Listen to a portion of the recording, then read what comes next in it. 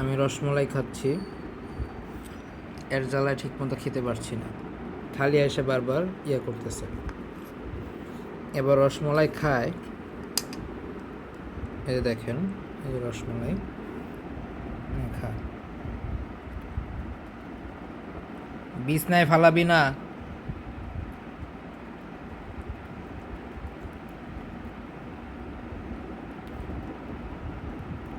বিছনায় ফালালে খবর আছে।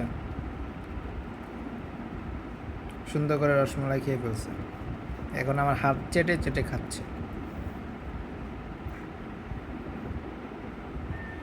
আমার হাত চেটে চেটে খাচ্ছে এখন।